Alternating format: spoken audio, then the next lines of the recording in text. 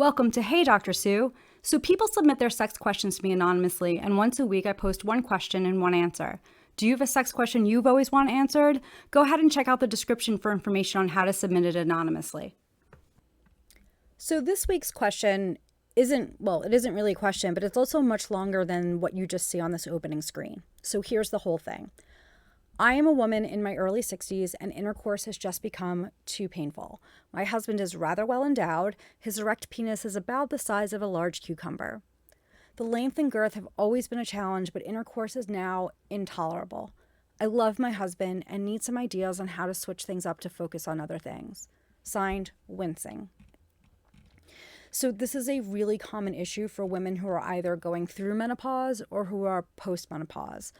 As people age, there's just this kind of general thinning of body tissue that happens.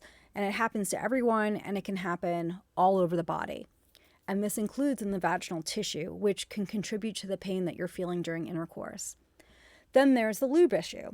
As estrogen levels decrease, so does the amount of vaginal lubrication. So if you combine the thinning tissue and the decreased lubrication, it's really no wonder that pain during intercourse is one of the most common sexual problems for women as they age. The good news is that there are options that might help. First, have you considered working with a pelvic floor physical therapist? I know a lot of people haven't actually heard of these, but they can be really helpful in this type of situation. You might want to talk to your gynecologist about using an estrogen cream or an estrogen ring.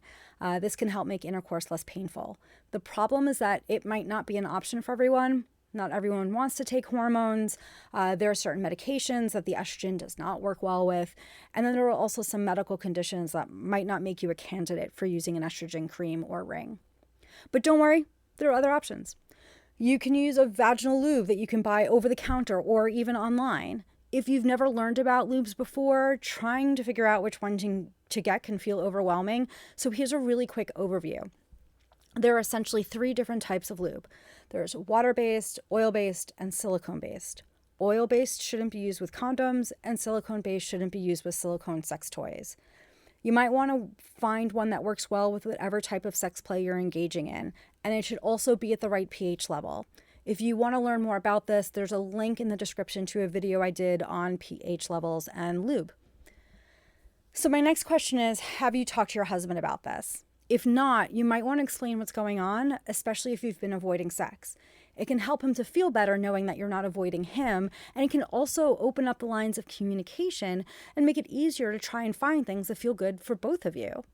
You might want to try other forms of sex play other than penetration, so things like masturbation or mutual masturbation or oral sex.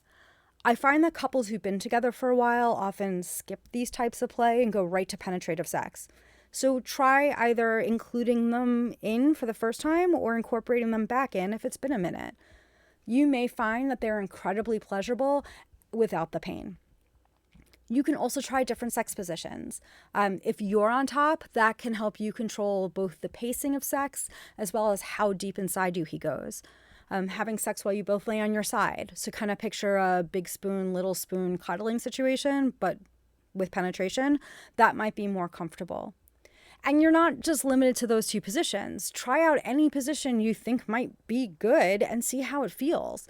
Just remember that keeping the lines of communication open and being honest about your pain levels are both really important as you do this. One last thing, and I know I'm going to say this knowing it's not easy to do, but try not to get too much in your head about this.